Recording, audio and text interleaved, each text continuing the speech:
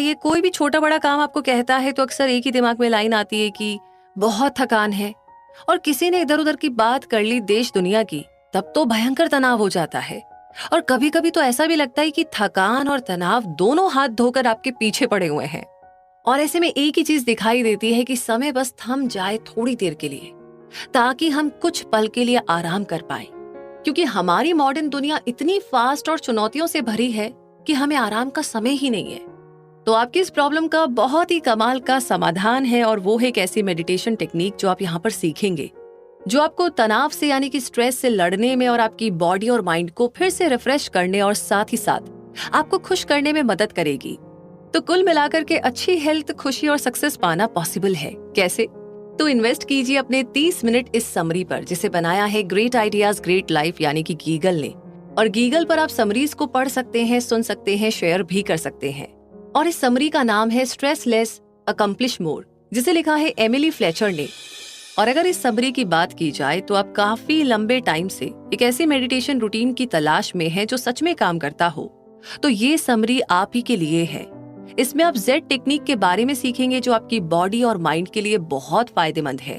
आप जानेंगे कि आप जीवन में स्ट्रेस को कैसे दूर कर सकते हैं, कैसे आप ज्यादा प्रोडक्टिव हो सकते हैं और कैसे पॉजिटिव माइंडसेट या सोच रख सकते हैं। बहुत सारे फेमस सेलिब्रिटी और सक्सेसफुल लोगों ने जेड टेक्निक को आजमाया है। हमें यकीन है कि ये आपके लिए भी जरूर से काम करेगा। तो आइए सबसे पहले इस जर्नी में हम जानते हैं जेड टेक्निक के बारे में। जेड टेक्निक के 3 पार्ट होते हैं, इसे 3Ms भी कहते हैं। ये माइंडफुलनेस, मेडिटेशन और मैनिफेस्टेशन है। माइंडफुलनेस आपको प्रेजेंट में स्ट्रेस से लड़ने में मदद करती है। मेडिटेशन आपको पास्ट के स्ट्रेस को दूर करने में मदद करती है। और मैनिफेस्टेशन आपके फ्यूचर के सपनों को पूरा करने में मदद करती है। तो जेड टेक्निक इस तरीके से काम करती है। इसके लिए आपको 15 से 20 मिनट का समय चाहिए, यानी कि 2 मिनट माइंडफुलनेस के लिए, 15 मिनट मेडिटेशन के लिए और 2 मिनट मैनिफेस्टेशन के लिए। आपको जेड टेक्निक दिन में 2 बार करना चाहिए, एक बार सुबह और एक बार दोपहर में। आप सुबह उठते ही जेड टेक्निक शुरू करें। आप अपने अलार्म को अपने रेगुलर उठने वाले समय से 20 मिनट जल्दी सेट करें। अगर आप 5 बजे उठते हैं तो कोशिश करें कि आप 4:40 पर उठें। आप पहले बाथरूम जा सकते हैं, आप ब्रश कर सकते हैं, मुंह धो सकते हैं। इसके बाद बैठने के लिए एक कंफर्टेबल जगह खोजें। आपकी पीठ को सपोर्ट मिलना चाहिए, तो एक कंफर्टेबल कुर्सी पर आप बैठ सकते हैं।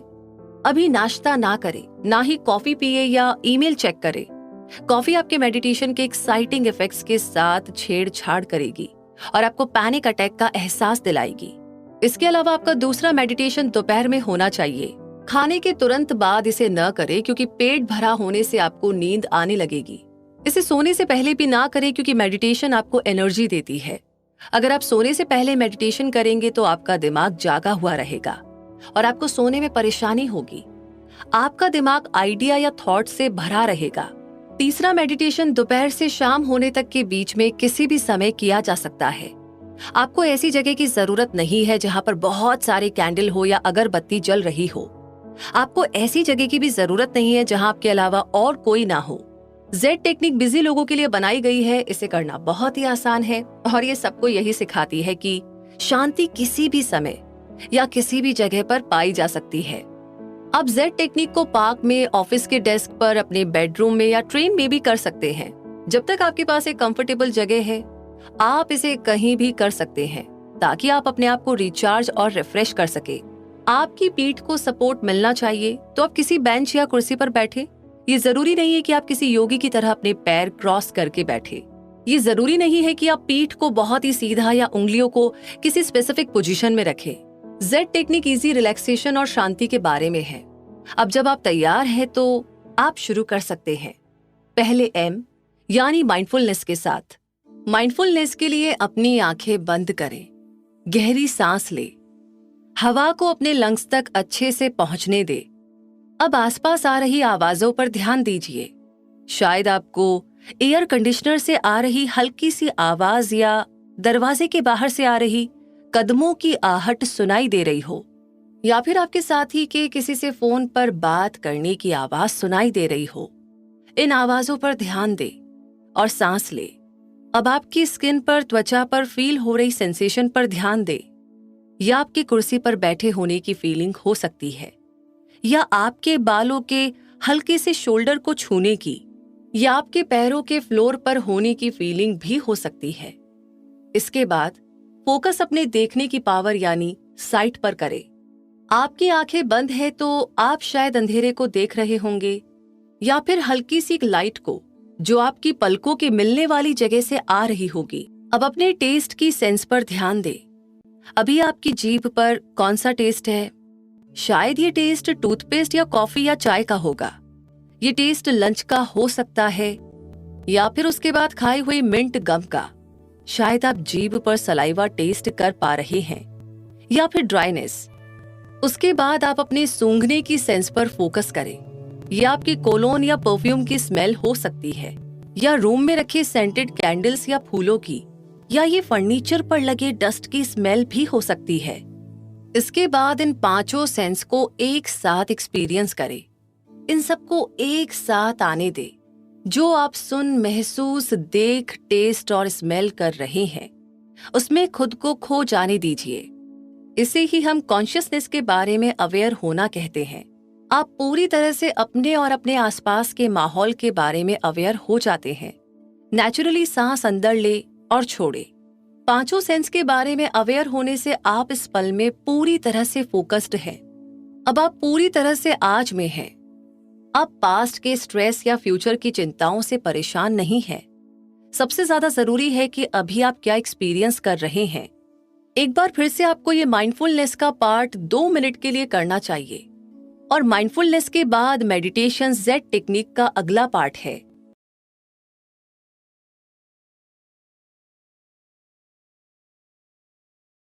तो जैसे ही आप माइंडफुलनेस से मेडिटेशन की ओर शिफ्ट होते हैं, आपको खुद को सरेंडर करने की जरूरत होती है।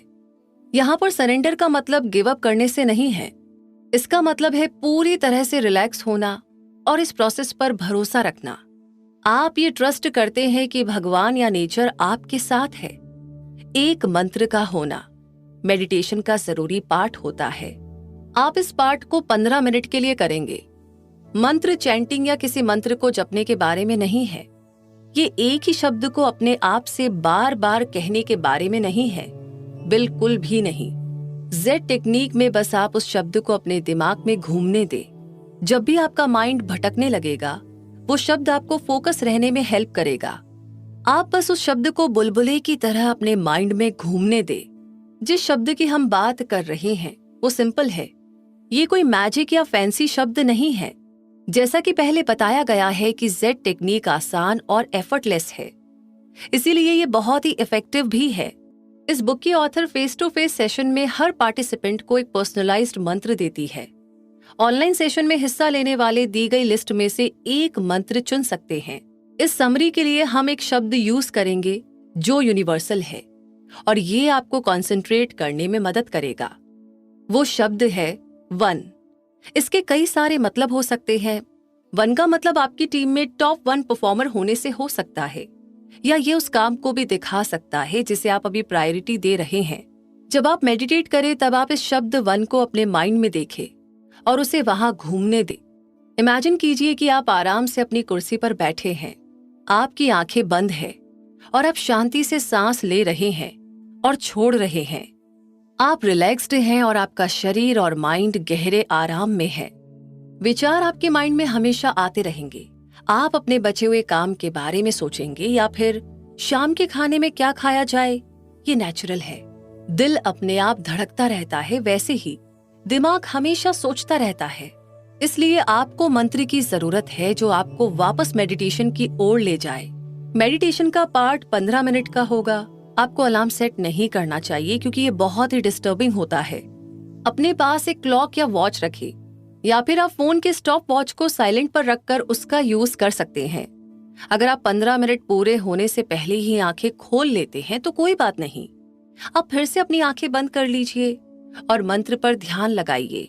जैसे जैसे आप जेड टेक्निक करने लगेंगे वैसे वैसे आपके अंदर एक इंटरनल क्लॉक बन जाएगी। उसके बाद आप 15 मिनट के बारे में बिना वॉच यूज किए भी अवेयर होने लगेंगे। और अब हम जेड टेक्निक के तीसरे और आखिरी पार्ट पर जा रहे हैं जो है मैनिफेस्टेशन। ये पार्ट करने के लिए 2 मिनट लगेंगे। सिर दर्द, चिड़चिड़ापन और आंखों में खिंचाव से बचने के लिए ये करना बहुत जरूरी है। अगर आप मेडिटेशन के तुरंत बाद खड़े हो जाएंगे तो आप ये प्रॉब्लम फेस कर सकते हैं।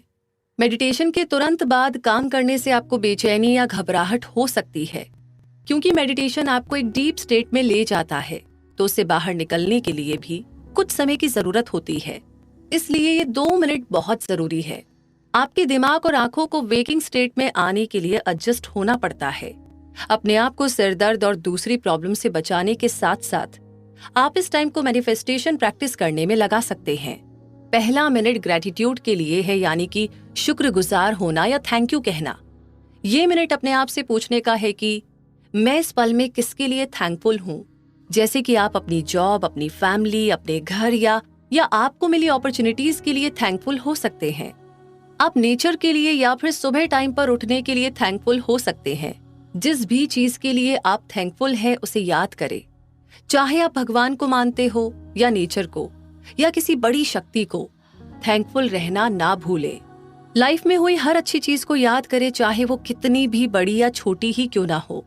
जेड टेक्निक का लास्ट पार्ट और लास्ट मिनट मैनिफेस्टेशन के लिए है। इसका मतलब अपने सपने के बारे में सोचना या उसे विजुअलाइज करना है।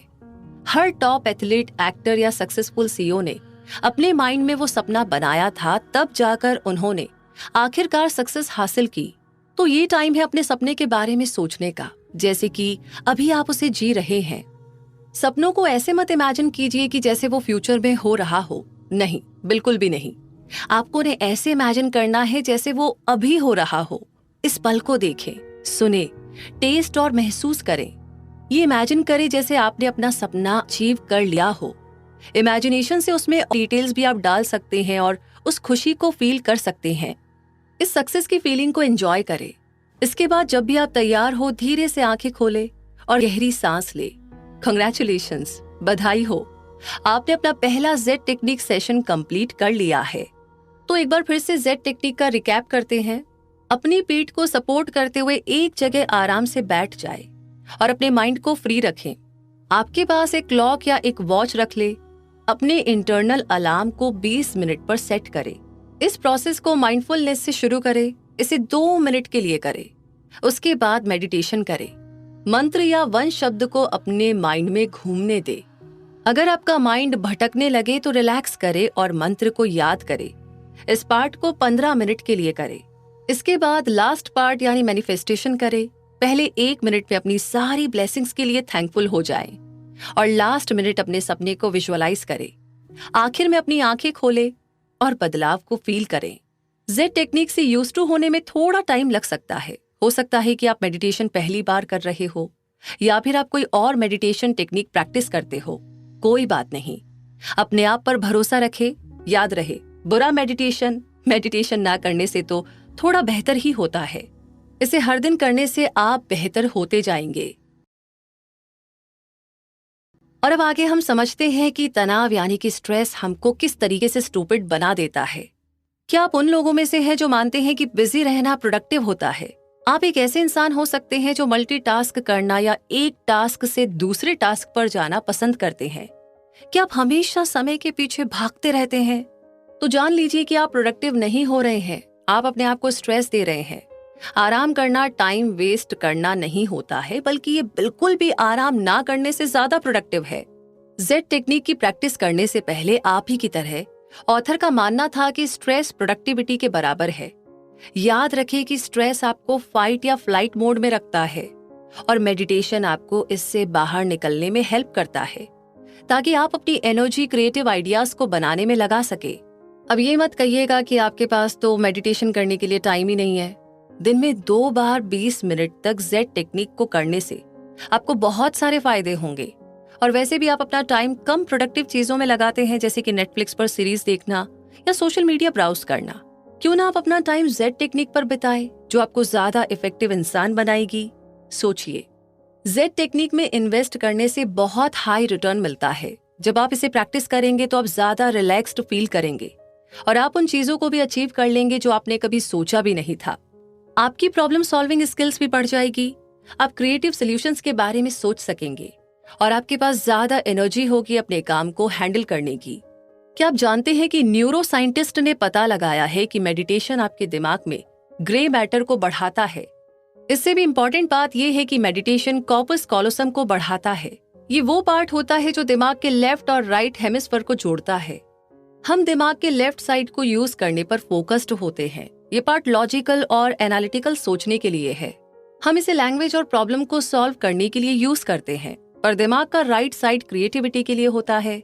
ये आर्ट्स और इंट्यूशन के लिए है।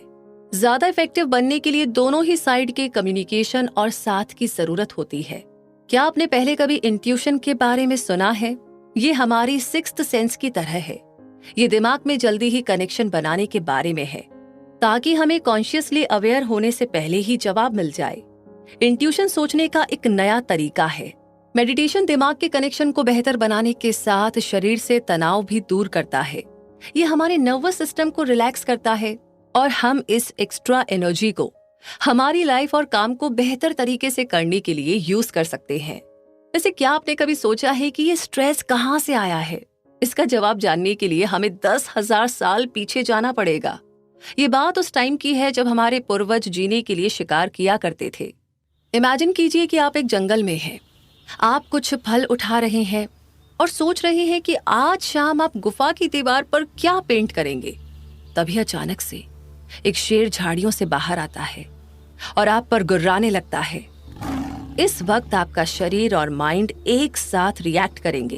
आपका दिमाग फाइट या फ्लाइट मोड में आ जाएगा। पहले डाइजेशन को रोकने के लिए आपका डाइजेस्टिव ट्रैक्ट एसिड से भर जाएगा। ऐसा इसीलिए होगा क्योंकि खाने को डाइजेस्ट करने के लिए एनर्जी लगती है, तो दिमाग डाइजेशन को रोक देगा। आपकी सारी एनर्जी जान बचाने पर फोकस होनी चाहिए। एसिड भी आपकी स्किन में पहुंच जाएगा, ताकि जब शेर आपको काटे तो उसे स्वाद अच्छा ना लगे।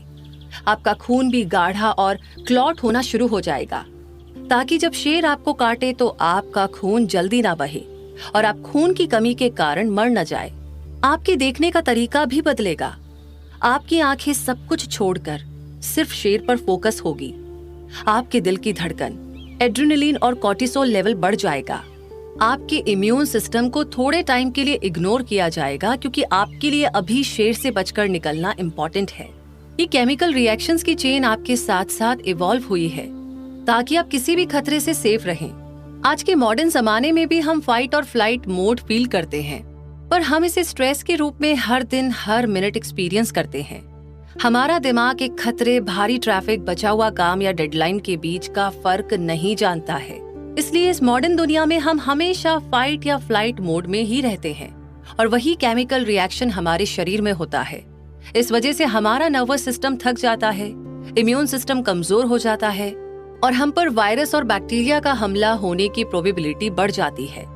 मेडिटेशन यही रोकने के लिए काम करता है। ये आपके नर्वस सिस्टम को रिलैक्स करता है, ताकि आप सर्वाइवल मोड में ना रहे और इस एक्स्ट्रा एनर्जी को ज्यादा प्रोडक्टिव काम में लगा सके। इसी के साथ अब बात करते हैं अगले चैप्टर की, I will be happy when syndrome. यानी कि आपने कभी सोचा है कि जब आपके पास एक घर या कार या बॉयफ्रेंड, गर्लफ्रेंड, एक बेहतर जॉब या एक नया स्मार्टफोन होगा तो ही आपको खुशी होगी। आप किसी चीज के लिए विश कर रहे होते हैं और मानते हैं कि जब आपको वो चीज मिल जाएगी तब आप फाइनली खुश हो जाएंगे। अगर आपका जवाब हाँ है तो आप अकेले नहीं हैं। कई लोगों को I will be happy when syndrome होता है। हम अच्छे फ्यूचर की उम्मीद करते हुए प्रेजेंट में सफर करने के लिए तैयार होते हैं, ये सोचते हुए कि खुशी एक दिन जरूर मिलेगी। हम अभी दुखी होने के लिए तैयार होते हैं। प्रॉब्लम यह है कि जब हमें वो मिल जाता है जो हम चाहते हैं, तो हम कुछ नया चाहने लगते हैं और हमें कभी भी सेटिस्फैक्शन नहीं मिलती है। जब आप बाइक चलाते हैं तब आपको कार चाहिए होती है। जब आपको कार मिल जाती है तब आपको साथ में घूमने के लिए बॉयफ्रेंड या गर्लफ्रेंड चाहिए होते हैं। जब आपकी शादी हो जाती है तब आपको बच्चे चाहिए होते हैं। जब आप छोटे थे और आपके पास पैसे नहीं थे तब आप किसी दिन जॉब करने और पैसे कमाने की इच्छा रखते थे। और अब जब आप बड़े हो गए हैं तब आप वापस से बच्चा बनना चाहते हैं। आप इच्छा करते हैं कि आप पूरे दिन खेल सके, आपको बिल भरने की जरूरत ना हो और ना ही अपने रिटायरमेंट के लिए सेविंग्स करने की चिंता हो। तो खुशी एक ऐसी चीज है जिसका पीछा हम हर दिन करते हैं।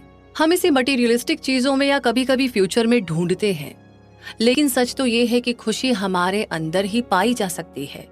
खुशी प्रेजेंट मोमेंट पे पाई जा सकती है। आप अभी और इसी वक्त खुश हो सकते हैं।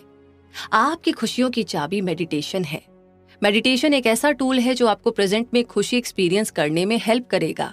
जैसा कि पहले बताया गया है कि जेड टेक्निक आपको पास्ट और प्रेजेंट के स्ट्रेस से फ्री करती है।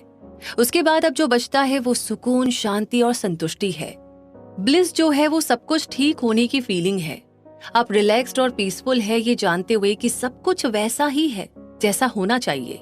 तो खुशी एक जगह पर मिल सकती है जो कि आपके अंदर है, और एक टाइम पर जो कि अभी है। जब आप मेडिटेशन प्रैक्टिस करेंगे तब आप खुश और खुद को पूरा महसूस करेंगे। आप सुकून और शांति फील करेंगे जो कि आपके अंदर ही है। और इसी के साथ हम पहुंच गए हैं इस समरी के कंक्लूजन पर, यानी कि एक बार फिर से दोहराते हैं कि हमें क्या क्या याद है और हमें एग्जैक्टली क्या क्या करना है। तो मुद्दा मामला ऐसा है कि इस समरी में आपने जेड टेक्निक के बारे में सीखा। इसके 3 पार्ट है जो माइंडफुलनेस, मेडिटेशन और मैनिफेस्टेशन है। माइंडफुलनेस में 2 मिनट लगते हैं। इसमें आप अपनी सारी सेंसेस पर फोकस करेंगे और पूरी तरह से अवेयर होंगे। मेडिटेशन में 15 मिनट लगते हैं। माइंड को भटकने से बचाने के लिए आप मंत्र जो है शब्द वन का यूज करेंगे। मैनिफेस्टेशन में 2 मिनट लगते हैं। आप पहले मिनट का यूज अपनी सारी ब्लेसिंग्स के लिए थैंकफुल होने में करेंगे। लास्ट मिनट आप अपने सपनों को विजुअलाइज करने में करेंगे। आपको हर दिन 2 बार जेड टेक्निक को प्रैक्टिस करना चाहिए, यानी 1 बार सुबह और 1 बार दोपहर में। आपने ये भी जाना कि मेडिटेशन बॉडी से स्ट्रेस दूर कर देता है। यह आपको हमेशा फाइट या फ्लाइट मोड में रहने से रोकता है, ताकि आप ये एनर्जी लाइफ में और काम में एक बेटर परफॉर्मर बनने के लिए यूज कर सके। आपने ये भी सीखा कि मेडिटेशन आपके कॉर्पस कॉलोसम को मजबूत करता है। यह आपको दिमाग की दोनों साइड की पावर को एक्सेस करने में हेल्प करता है। और फाइनली आपने जाना कि मेडिटेशन आपको प्रेजेंट की खुशी को एक्सपीरियंस करने में हेल्प करता है। खुशी किसी फ्यूचर में नहीं है, बल्कि ये आपके अंदर है और आप हमेशा खुश रह सकते हैं। ये समरी आपको एहसास कराती है कि स्ट्रेस आपकी जिंदगी का हिस्सा नहीं होना चाहिए। जेड टेक्निक आपको इससे लड़ने में मदद करेगी। आप स्मार्टर, स्ट्रॉन्गर, ज्यादा खुश और ज्यादा सक्सेसफुल हो सकते हैं। जेड टेक्निक आपके हर दिन के रूटीन से बस कुछ ही मिनट लेती है। इसीलिए आज इसकी प्रैक्टिस शुरू करें और खुद में फर्क देखें। इसी के साथ ये समरी यहीं पर कंप्लीट होती है। इस समरी के बारे में आप क्या कहेंगे? पहली लाइन आपके दिमाग में क्या आ रही है? प्लीज लिख करके जरूर शेयर करें। और साथ ही समरी की कौन सी लाइन आपको बहुत अच्छी लगी? मेडिटेशन टेक्निक के बारे में आपका क्या कहना है? वैसे करने के बाद आप बताएंगे तो और भी अच्छा लगेगा, बिकॉज प्रैक्टिकली जब तक हम ना कर ले तब तक कहना मुश्किल है, राइट? तो प्लीज इसको जरूर यूज करके बताइएगा। और आगे कौन सी समरी सुनना चाहते हैं वो जरूर बताइए। बाकी आपका ढेर सारा प्यार आप हमें दे सकते हैं गूगल प्ले में रिव्यूज देकर। रूबी आपसे मिलेगी नई समरी के साथ। तब तक के लिए रखिए अपना बहुत सारा ध्यान। हमेशा खुश रहिए, मुस्कुराते रहिए। और अगर समरी आपको अच्छी लगी हो तो प्लीज इसे ज्यादा से ज्यादा लोगों के साथ शेयर करना बिल्कुल ना भूले। जय हिंद।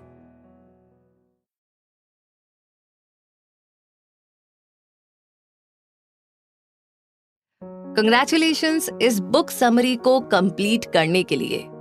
अब आप सोच रहे होंगे कि हम आपको कंग्रेचुलेट क्यों कर रहे हैं। कोई बात नहीं, मैं आपको समझाती हूँ। एक्चुअली हमने रीडर्स यानी कि जो बुक्स पढ़ते हैं और सुनते हैं, और नॉन रीडर्स यानी जिनका कोई रिलेशन नहीं है किताबों से, ना वो बुक्स पढ़ते हैं ना सुनते हैं, उनसे रिलेटेड कुछ रिसर्च पेपर्स स्टडी किए और हमें बहुत ही इंटरेस्टिंग फैक्ट्स मिले हैं। हमें लगता है कि पहले आपने ये फैक्ट्स कभी भी नहीं सुने होंगे, क्योंकि इसमें से काफी सारे फैक्ट्स पहले हमने भी नहीं सुने थे। जैसे कि आपको पता था कि यूनिसेफ की एक रिपोर्ट के अकॉर्डिंग एक अनएजुकेटेड मदर के बच्चे की डेथ के चांसेस ज्यादा है एज कम्पेयर टू एक एजुकेटेड मदर के। क्या आपको पता है कि एक स्टडी से पता चला है कि रीडर्स अपनी लाइफ से ज्यादा सेटिस्फाइड रहते हैं, जबकि ज्यादातर नॉन रीडर्स अपनी लाइफ से अनसेटिस्फाइड रहते हैं, यानी कि असंतुष्ट। इसके अलावा नेशनल इंस्टीट्यूट ऑफ एजिंग की एक स्टडी के अकॉर्डिंग एक नॉन रीडर की मेमोरी ओल्ड एज में जल्दी डिक्लाइन होती है, लेकिन एक रीडर का माइंड एंगेज्ड रहता है, इसीलिए उनकी मेमोरी कंपैरेटिवली ज्यादा एक्टिव रहती है। तो आई होप आप खुश होंगे कि एज अ रीडर जो गीगल में आप बुक समरीज पढ़ते हैं या सुनते हैं वो हमें कितने सारे फायदे देती है। एनीवेज, कुछ दिन पहले हमारे एक टीम मेंबर ने हमसे कहा कि इंडिया में रियल एजुकेशन स्टार्ट तब हुई